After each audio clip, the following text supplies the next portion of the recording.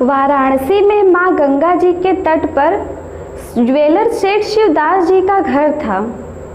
उनकी उम्र करीब 70 साल की हो गई थी, पर आजकल उनकी तबीयत कुछ ठीक नहीं थी। शाम का समय हो चुका था। सारे पंछी अपने अपने घोंसले में अब वापस लौट रहे थे। जो कामकाजी पुरुष थे अब वो भी अपने घर को वापस लौट रहे थे। सेठ जी का पोता, जो कि अपने दादाजी के बीमार हो जाने के कारण अब सारा कार्यभार संभाल लिया था, आज न जाने कैसी बेचैनी छाई हुई थी शिवदास जी के हृदय में। वो बड़ी ही बेसब्री से अपने पोते मोहन का इंतज़ार कर रहे थे। हे भगवान, आज इतनी खांसी आ रही है, लग रहा है कि मेरी आते ही बाहर आ जाएंगी। शिवदास जी अपने मुंह पर गमछा लगाते हुए खांसते हुए खुद से ही बातें कर रहे थे। घर में से बार बार पोता बहू राधा पूछती थी, दादाजी आपने कफ सिरप लिया था? शिवदास जी, हाँ बेटा, लिए तो थे, पर ये न जाने खांसी है या मेरी जान की दुश्मन। राधा बार बार दादाजी के सीने को सहलाती हुई बोली, बस बस बस दादाजी, मैं काढ़ा बना लाती हूँ, और घर में चली जाती है। सेठ शिवदास जी की निगाहें तो बस अपने पोते के आने की राह देख रही थी। सेठ जी का लंबा चौड़ा शरीर आज बेजान सा खाट पर पड़ा हुआ था, और आज उन्हें न जाने इतनी बेचैनी क्यों थी, जो बार बार घड़ी देखे जा रहे थे और पोता बहू को आवाज़ लगाते, राधा, ओ राधा। राधा, जी दादाजी, कितना समय हो गया है, पर ये मोहनवा कहाँ रह गया, अभी तक नहीं आया? चिंता भरे हुए अंदाज से बोले। राधा, आते ही होंगे दादाजी, कहे तो मैं बुला दूँ फ़ोन करके।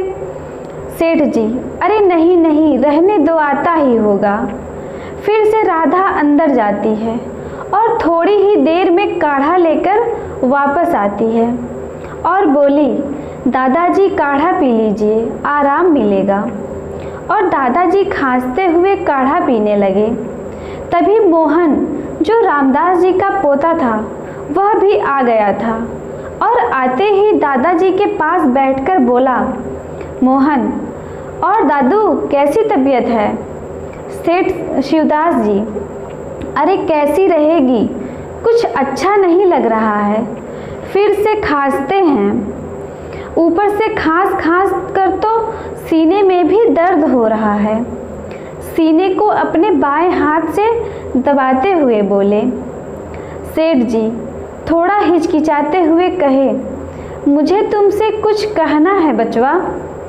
मोहन, क्या दादू, जल्दी बोलिए। सेठ जी, तुम्हें सुनने में अजीब लगेगा। थोड़ा सा चुप होकर नज़रें नीची करते हुए उन्होंने कहा, मोहन, क्या दादू, आप भी ना, मेरे और आपके बीच में ये संकोच नाम का कीड़ा कब पैदा हुआ? छेड़ते हुए बोला और कहा कि बिंदास कहिए, आपको जो कहना है आप कह सकते हैं मुझसे। अपने दादू के हाथ को पकड़ते हुए बोला। सेठ जी, बचवा बात ही कुछ ऐसी है।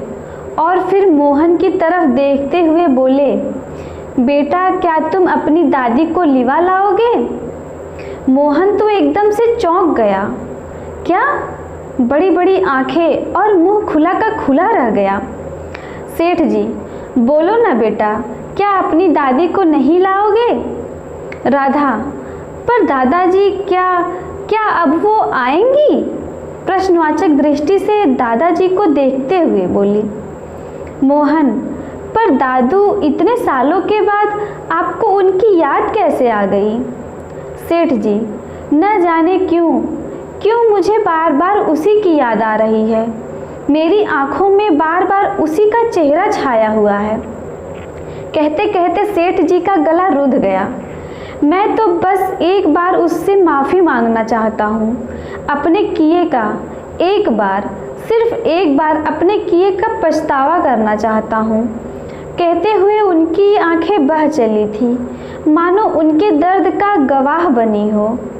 मोहन थोड़ी देर चुप होकर, पर क्या वो अब पूरे 50 साल बाद आएंगी? सेठ जी, हाँ हाँ क्यों नहीं, ज़रूर आएगी। नहीं आई तो कहना एक मरते हुए की इच्छा पूरी कर दे। फफक कर रो पड़े, तब तो आएगी ना मेरी पार्वती। मोहन, ठीक है दादू, मैं कोशिश करूँगा उन्हें लाने की अपनी तरफ से, और अगर नहीं आई आपकी पारो तो मैं उन्हें किडनैप करवा लूँगा। फिर राधा, दादाजी और मोहन सभी हंस पड़े। हे भगवान, हे गंगा मैया, मुझे क्षमा करना, मैंने अपनी पार्वती की एक छोटी सी भूल की इतनी बड़ी सज़ा दी। क्या मेरी पार्वती मुझे माफ़ करेगी? क्यों करेगी? जब मैंने उसे माफ़ नहीं किया तो वो क्यों करेगी? खाट पर लेटे लेटे सेठ शिवदास जी आसमान पर टिमटिमाते हुए तारों को निहारते हुए बातें करने लगे। चांद को निहारते हुए सोचते हैं कि आई थी तो बिल्कुल चांद सी थी, पर अब तो बुढ़ा गई होगी। आंखें सिकोड़ते हुए माथे पर बल देते हुए सोच रहे थे, अरे फिर भी मुझसे 6 साल छोटी है, मुझसे तो कम ही बुढ़ाई होगी। बेचारी, उसे मैंने सिवाय दर्द और आंसू के कुछ नहीं दिया। लानत है मुझ जैसे पति पर। मन ही मन खुद ही से बातें तो कर रहे थे सेठ जी, पर उनकी आंखों से निकले हुए दर्द के आंसू एकदम से गर्म थी, जो उनके हृदय में चल रहे सुनामी को दर्शा रही थी। मोहन को कुछ भी नहीं समझ आ रहा था कि आज दादाजी ने दादी को क्यों याद किया और कैसे। मोहन राधा से, मैं तो देखा ही नहीं हूँ अपनी दादी को, पर जाऊँगा तो क्या कहूँगा उनसे, और अगर वो नहीं आई तो। राधा, ना ना ऐसा मत कहो, आपको लाना ही पड़ेगा।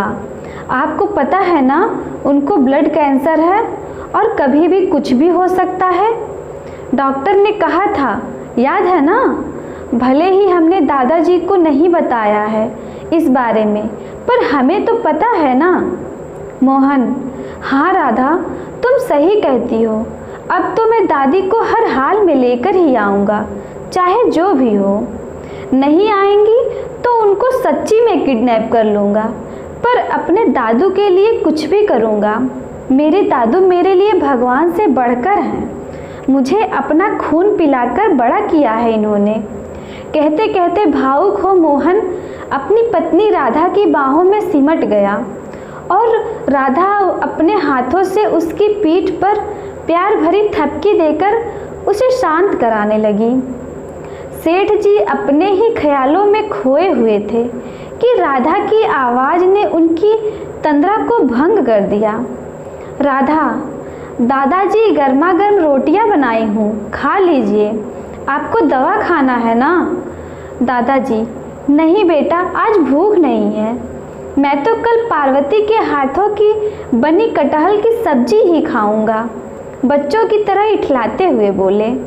राधा, ठीक है दादाजी, पर आज तो खा लीजिए, मेरे हाथ का ही। माना कि मैं उनकी तरह नहीं बना सकती हूँ, पर जब वो आएंगी तब मैं उनसे सीख लूँगी। आंखें गोल गोल घुमाते हुए मस्ती भरे स्वर में राधा बोली। दादाजी, हाँ सीख लेना, पर बना थोड़ी पाओगी। वो बहुत ही अच्छा, बहुत ही लजीज खाना बनाती थी कि खाने वाला उंगली चबा जाए। खुश होकर बोले सेठ जी। राधा, दादाजी आपसे एक बात पूछूं? दादू, हाँ बिल्कुल, 2 बातें पूछो खुश होकर। राधा, आपने दादी जी को छोड़ा क्यों, वो भी इतने सालों से? अब सेठ शिवदास जी ने एकदम से चुप्पी साध ली, मानो राधा ने अनजाने में ही उनकी दुखती रग पर हाथ जो रख दिया था। राधा, दादू बोलिए ना। दादाजी, कुछ नहीं, बस एक छोटी सी भूल करी थी पार्वती ने, और बदले में मैंने उसे एक कभी न खत्म होने वाला इंतज़ार दे दिया। कहते कहते फूट फूट कर रोने लगे शिवदास जी। अब आगे देखें कि क्या थी वो भूल जो पार्वती जी के लिए एक सज़ा बन गई या अग्नि परीक्षा बन गई थी। राधा ने आगे फिर से कहा, दादाजी दादी दिखती कैसी हैं? शिवदास जी हंसते हुए बोले, अरे क्या बताऊं बेटा, आएगी तब देख लेना, थोड़ा रुक कर, भला सी खूबसूरत है पर। राधा पर दादाजी संदेह भरी दृष्टि से देखते हुए। शिवदास जी पर एक अरसा बीत गया उसे देखे, अब पता नहीं कैसी दिखती होगी। कहते कहते चुप हो गए। सुबह के अभी 4 ही बजे थे कि दादाजी जोर जोर से चिल्लाने लगे थे, अरे मोहन, ओ मोहन, अरे उठ जाओ, भोर हो गई है, कब जाओगे अपनी दादी को लेने? मोहन एकदम से सौम्य स्वभाव का था और दादाजी में तो मोहन के प्राण बसते थे। मजाल था जो दादाजी का एक भी कहना मोहन ने कभी टाला हो। जी दादू कहते हुए मोहन बाहर आ गया और दादा के पास पैरों को पकड़कर बैठ गया और कहा, आप परेशान ना हो दादू, थोड़ा सा और दिन हो जाए तो मैं जाता हूँ। कहते कहते मोहन फ्रेश होने वॉशरूम में चला गया। थोड़ी देर बाद मोहन तैयार होकर अपनी दादी को लेने निकल गया। दादी का घर ज़्यादा दूर नहीं था, बस गंगा इस पार शिवदास जी का तो उस पार पार्वती जी, बस इतना सा ही फासला था। पर ये फासला 7 समुंदर की तरह बन गया था।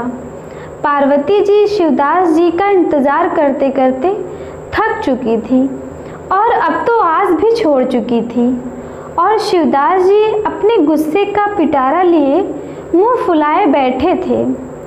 मोहन अपने दादाजी के द्वारा बताए हुए पते पर पहुंच गया था।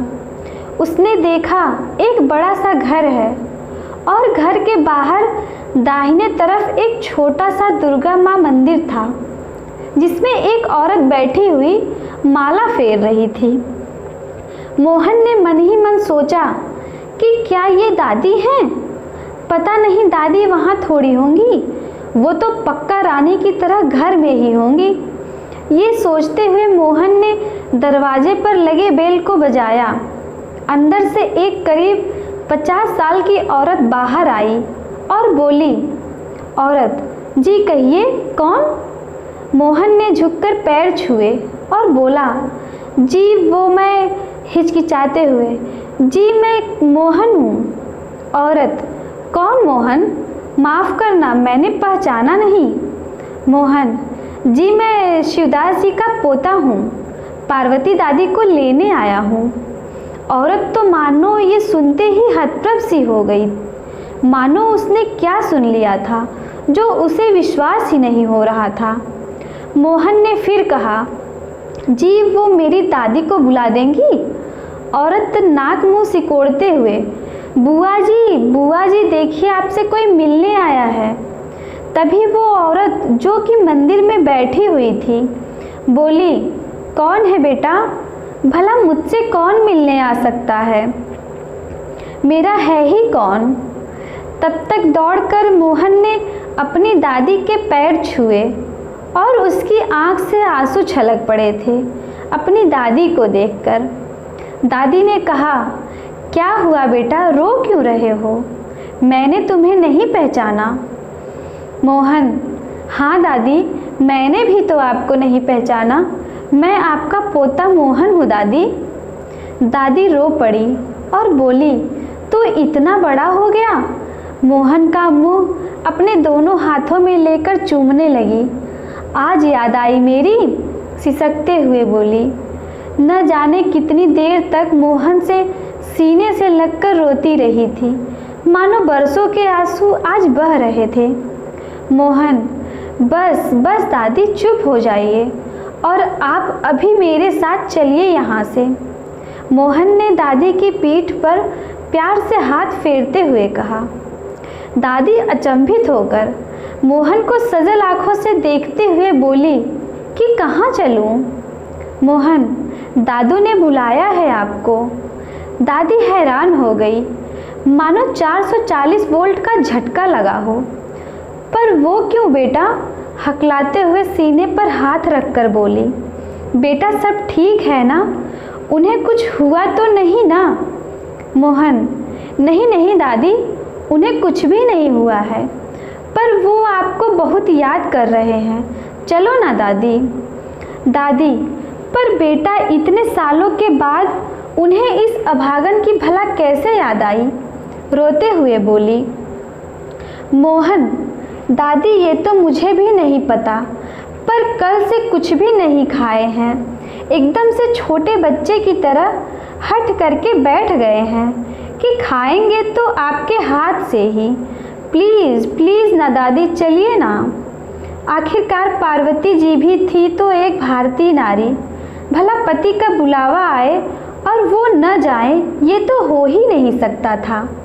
देखने में एकदम से गोरी, गोल आकार का चेहरा, लंबाई 5 फीट की और उम्र 65 साल की, एकदम सुलझी हुई शालीन औरत लग रही थी।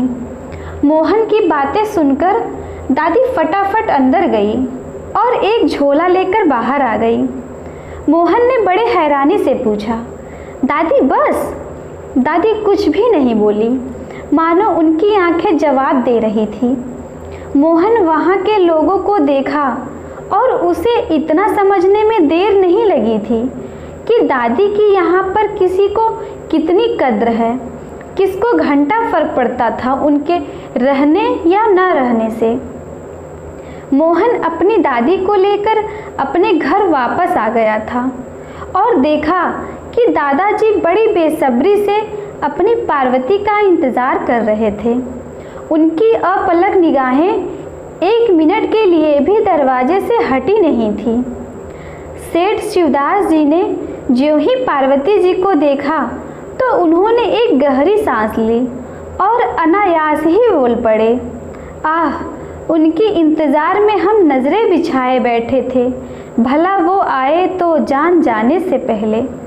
मोहन, लो दादू, ले आए हम आपकी पारों को।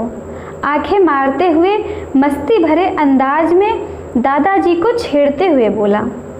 अरे दादू, पहले तो ये बताइए कि आप तो अमिताभ बच्चन की तरह और मेरी दादी जया बच्चन की तरह, ऊपर से बला की खूबसूरत, क्या ही बताऊं, कैसे रह गए इतने दिनों तक? दादू को फिर से छेड़ते हुए कहा। राधा भी भागकर दादी के पैर छुए और गले लगकर आशीर्वाद ली। शिवदास जी की निगाहें पार्वती जी पर ही अटकी हुई थी। मन ही मन विचार करने लगे कि यहाँ से गई थी तो कितनी कमसीन थी, कितनी सुंदर कि चांद भी फीका पड़ जाता था, पर आज कैसी हो गई है। सब मेरे कारण हुआ है।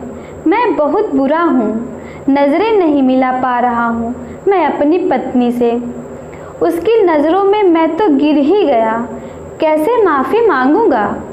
ये नहीं वो नहीं, ऐसी तमाम प्रकार के उथल पुथल शिवदास जी के अंतर मन में शोर मचा रहे थे। पार्वती जी ने एक बार भी अपने पति की तरफ नहीं देखा था, नज़रें नीची किए हुए बस चुपचाप सी बैठ गई थी। राधा ने कहा, दादी आइए अंदर चलिए, मैंने आपका कमरा तैयार कर दिया है।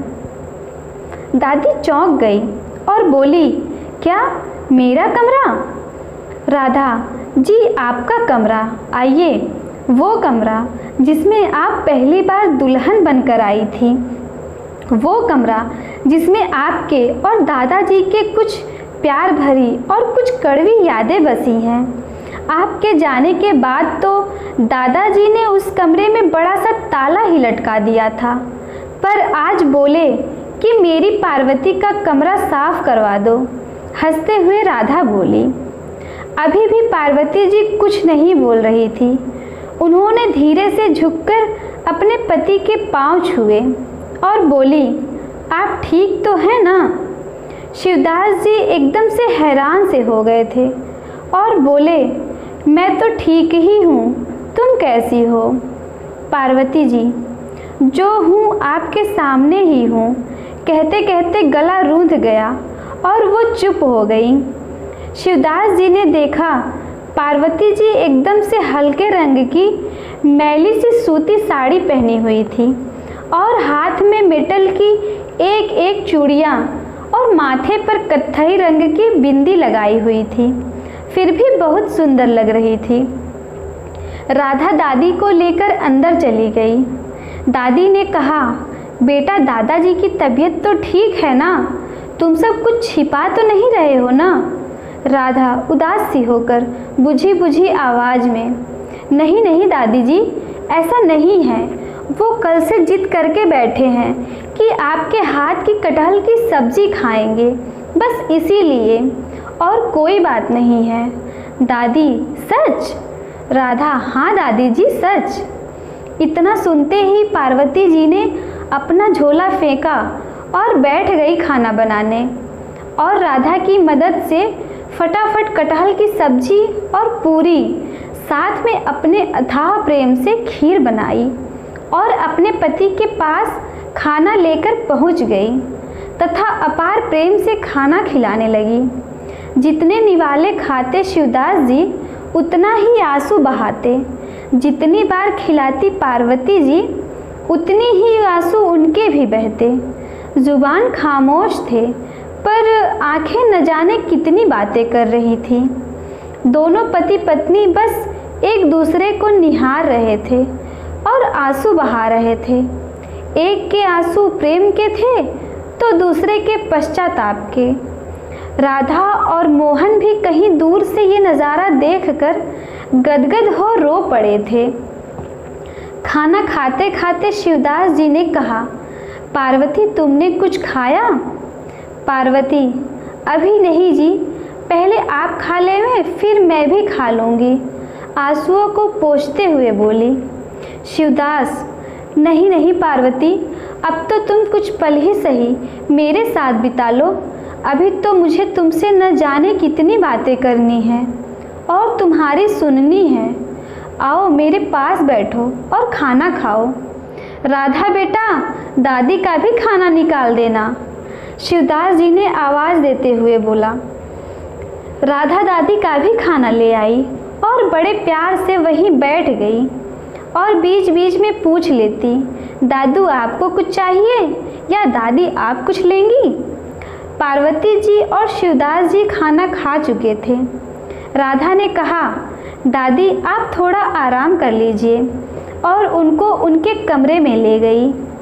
पार्वती जी जैसे ही अपने कमरे में पैर रखी, न जाने कितने दर्द, कितनी ही यादें उफान मारते हुए उनकी हृदय को वेध गई थी। उनकी आंखें भर गई थी।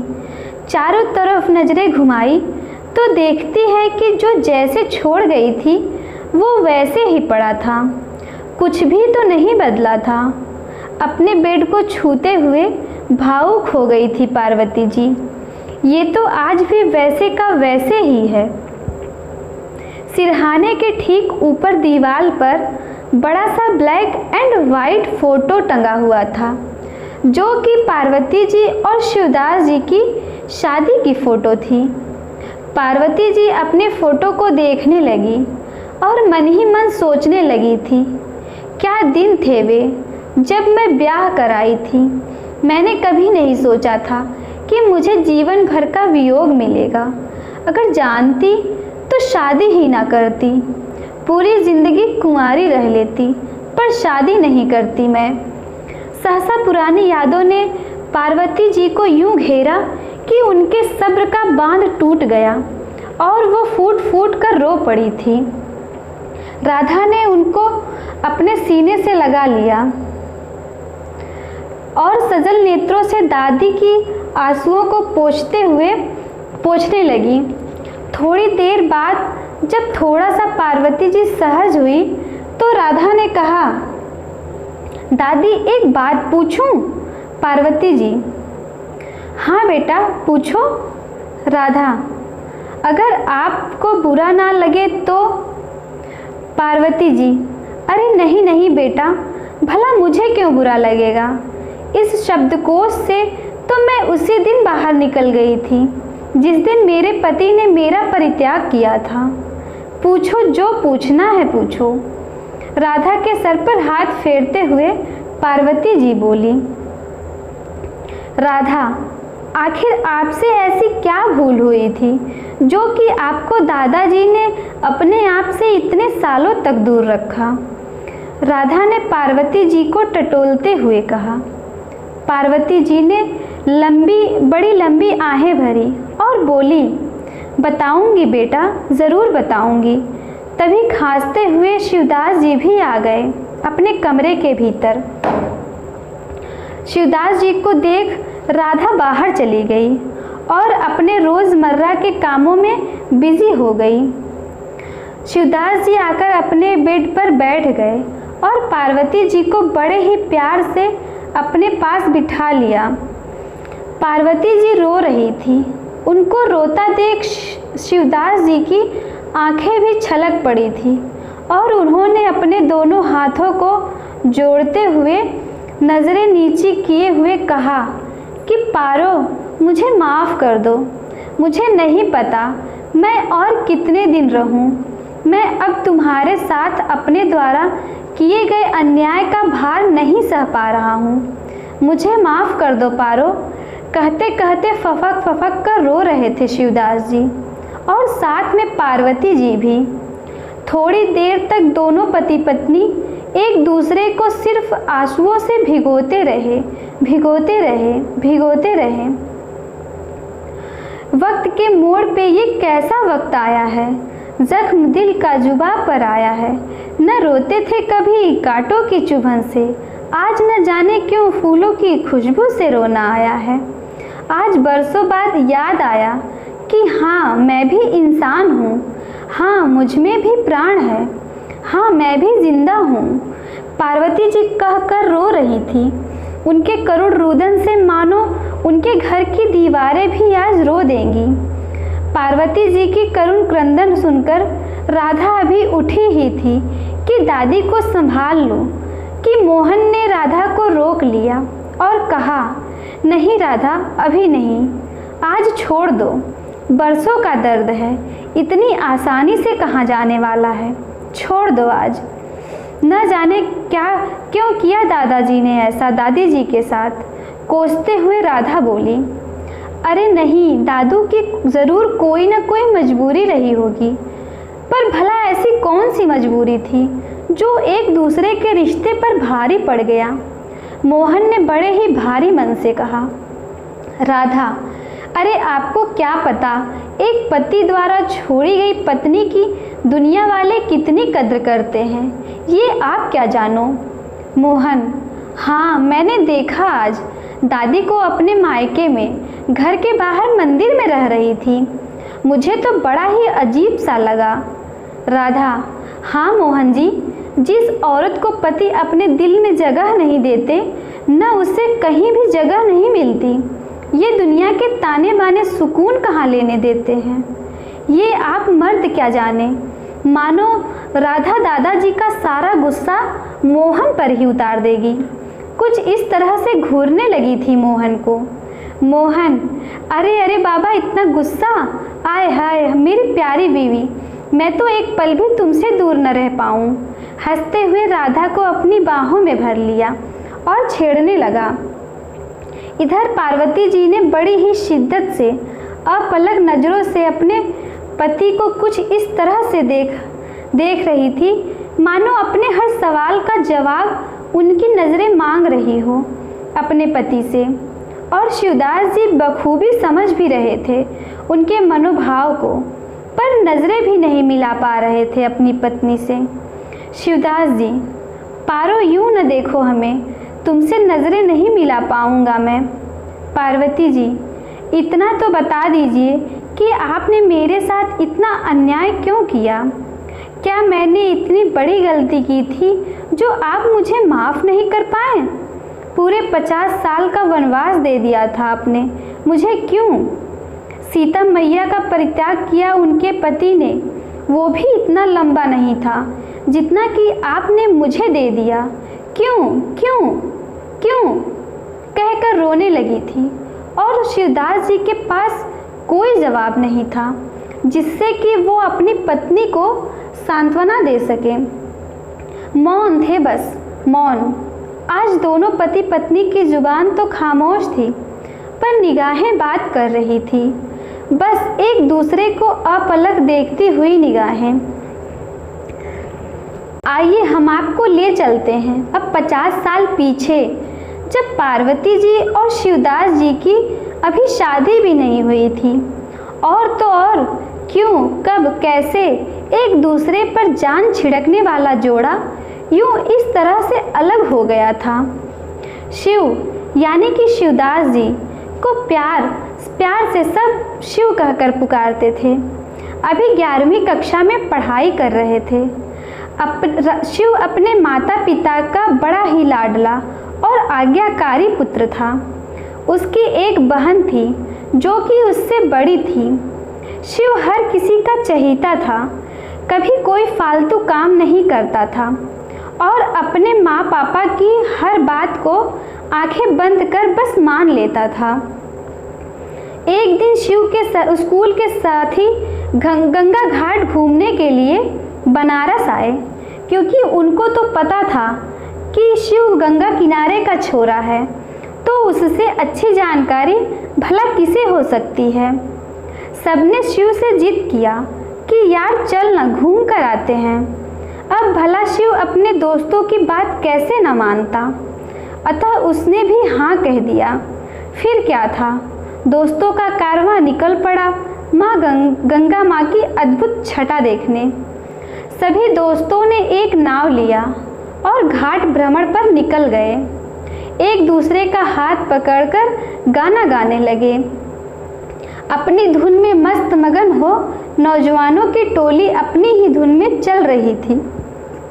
गंगा के इस पार सब घाट घूमकर उस पार जाने का मन बनाया, क्योंकि उस पार घोड़े और ऊंट की सवारी की जाती है। शिव भी अपने दोस्तों को सवारी करवाने के लिए गया। सारे दोस्त अपने अपने मस्ती में लगे हुए थे, पर शिव की निगाहें कहीं थम सी गई थी और बार बार वो वही देख रहा था, सबसे नज़रें बचाता हुआ। अचानक से शशि की नज़र शिव पर पड़ी, तो उसने अपने सभी दोस्तों को आंखों के इशारे से इशारा करते हुए कहा, ओए होए, ज़रा हम भी तो देखें भाई जनाब की नज़रें कहाँ पर टिकी हुई हैं।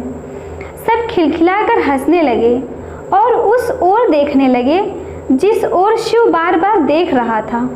तो क्या देखते हैं कि एक खूबसूरत सी मासूम सी लड़की पानी से खेल रही थी और खुद में ही मगन थी। उसे तो बिल्कुल भी इस बात का भान नहीं था कि कोई उसे देख भी रहा है। करली लंबे बाल जो खुले हुए थे, बस एक पिन लगा हुआ था, एकदम से सादा, कोई मेकअप नहीं, पर देखने पर निगाहें टिक जाए ऐसा तेज था चेहरे पर। हाइट न ज़्यादा न कम, पक्का रंग, बड़ी बड़ी आंखें, गोल चेहरा, बिल्कुल चांद सी लग रही थी। शिव के दोस्तों ने उसे छेड़ना शुरू कर दिया। आए हाय, ज़रा नूर तो देखो। अबे शिव, पता करे क्या इस लड़की के बारे में, विक्की ने कहा। शिव, अरे नहीं यार, मरवाओगे क्या, कोई ज़रूरत नहीं है। हाँ, और चलो, अभी वो देखेगी तो क्या सोचेगी हम सब के बारे में। शिव और उसके दोस्त फिर से खुद में मगन हो गए, पर शिव की निगाहें अभी भी चोरी चोरी उसी लड़की को देख रही थी। एक चांद उधर है, एक चांद इधर है, पर इस चांद पर किसी की नज़र है, इस बात से वो बेखबर है। शिव को लगा कि उसे प्यार हो गया है, पहला प्यार। उसके सीने से कुछ अलग सा हुआ जा रहा था, जिसे वो महसूस कर पा रहा था। तभी वो लड़की अपने परिवार के साथ आई थी। अब वो जाने लगी थी। जब शिव ने उसे जाते देखा तो थोड़ी दूर तक उसके पीछे पीछे गया, ताकि वो जान सके कि वो रहती कहाँ है, पर न जान सका। आखिर कहाँ तक जाता, थक कर वापस लौट आया। शिव के सारे दोस्त नोटिस तो कर ही रहे थे कि उसके दोस्त को शायद उस लड़की से प्यार हो गया था और वो जमकर खिंचाई कर रहे थे। शिव को देवदास और उस अनजान लड़की को पारो कहकर पुकारने लगे थे। शिव बेचारा बस झूठी सी हंसी हंस देता, पर उसके दिल में कुछ हो रहा था। कुछ नया, कुछ अलग सा एहसास उत्पन्न हो रहा था, पर उसमें भी शिव को अलग ही मज़ा आ रहा था, मानो कोई उसे गुदगुदा रहा हो। शिव अब हमेशा उस अनजान लड़की के बारे में सोचता रहता था कि जाने कौन है, फिर कभी मिलेगी या नहीं। शिव का अपने दोस्तों का उसे पारो और खुद को देवदास कहकर चिढ़ाना बड़ा ही अच्छा लगता था। किंचित मात्र भी बुरा नहीं मानता था, बल्कि मन ही मन पारो नाम खुद ही रख लिया था उसने। शिव अब अक्सर ही गंगा के उस पार पहुंच जाता था, ये सोचकर कि कभी न कभी तो आएगी ही वो अनजानी सी लड़की। पर उसे निराशा ही हाथ लगती थी और जैसे खुश होकर जाता था, उल्टा उतना ही खराब मुंह बनाकर वापस आ जाता था। उसकी बड़ी बहन सुमन भी उसकी आशिकी को भांप रही थी और एक दिन पूछ ही लिया, सुमन, क्या रे पागल, आजकल बड़ा देवदास बना फिरता है। शिव को छेड़ते हुए सुमन बोली। पहले तो शिव मन ही मन डर गया कि हाय, दीदी को कैसे पता चल गया। फिर बोला, नहीं तो ऐसा नहीं है दीदी, बेकार में मुझे परेशान मत करो, नहीं तो माँ को बोल दूंगा, फिर डांट पड़ेगी, सोच लेना। नाक और मुंह सिकोड़ते हुए कहा। सुमन, हाँ हाँ चल चल, मैं भी पापा को बोल दूंगी कि आपका बेटा हाथ से निकल रहा है, जरा ध्यान दो, चिढ़ाते हुए बोली। फिर तो शिव हाथ पैर मारते भाग लिया था और फिर से गंगा किनारे पर बैठकर पारो के बारे में सोचने लगा था। जब भी सोचता तो पारो के लंबे लंबे बालों पर मोतियों की तरह पानी की बूंदें याद आती, गालों पर पड़ी पानी की छींटें याद आती, तो सहसा शिव के होठों पर मुस्कान सी बिखर जाती थी। खुद को शीशे में देखते हुए बालों को बनाना, बेवजह मुस्कुराना, सब कह रहे थे कि शिव को प्यार हो गया था। शिव के पिता घनश्याम सेठ बड़े ही नामी गामी में से एक थे। जितना बड़ा कारोबार था उतना ही बड़ा उनका दिल भी था। हर कोई उनकी बड़ी ही इज्जत करता था। शिव की माँ का व्यवहार से बड़ी ही तेज तर्राक थी। घर में उनकी मर्जी के बिना पत्ता भी नहीं हिलता था। अब धीरे धीरे घनश्याम सेठ शिव को भी अपने साथ लेकर जाते ताकि वो भी काम सीख जाए। कहते थे, पढ़ाई करके तुझे नौकरी थोड़े ही करनी है, जब घर का जमा जमाया बिजनेस है तो दूसरों की नौकरशाही क्यों करनी है। शिव भी बड़ा ही होशियार था, वो भी पूरा मन लगाकर काम करता था। अपने पापा को शिकायत का बिल्कुल मौका नहीं देता था। कुछ समय बाद सुमन की शादी हो गई और वो ससुराल चली गई। पहले के ज़माने में शादी ब्याह बहुत ही कम उम्र में ही हो जाती थी। थोड़ा सा शिव कारोबार में ध्यान क्या लगाया कि उसे देखने के लिए लड़की वाले भी आने लगे थे, पर शिव का दिल तो कहीं और अटका था। शादी करे भी तो कैसे। शिव हमेशा टाल मटोल करने लगा था। कभी कोई बहाना बनाता तो कभी कोई, पर बहाने भी भला कब तक साथ देते। एक दिन तो घनश्याम सेठ गुस्सा हो गए और बोले, बहुत हो गई तुम्हारी मनमानी, अब एक नहीं सुनना है मुझे। मैं रिश्ता पक्का कर दिया हूँ और कोई नौटंकी करने की ज़रूरत नहीं है। जो कह दिया सो कह दिया, सख्त लहजे में बोले। शिव का तो दिल मानो छलनी हो गया था। वो सोचने लगा था कि प्यार तो मैं किसी और से करता हूँ, भला शादी किसी और से कैसे कर लूँ।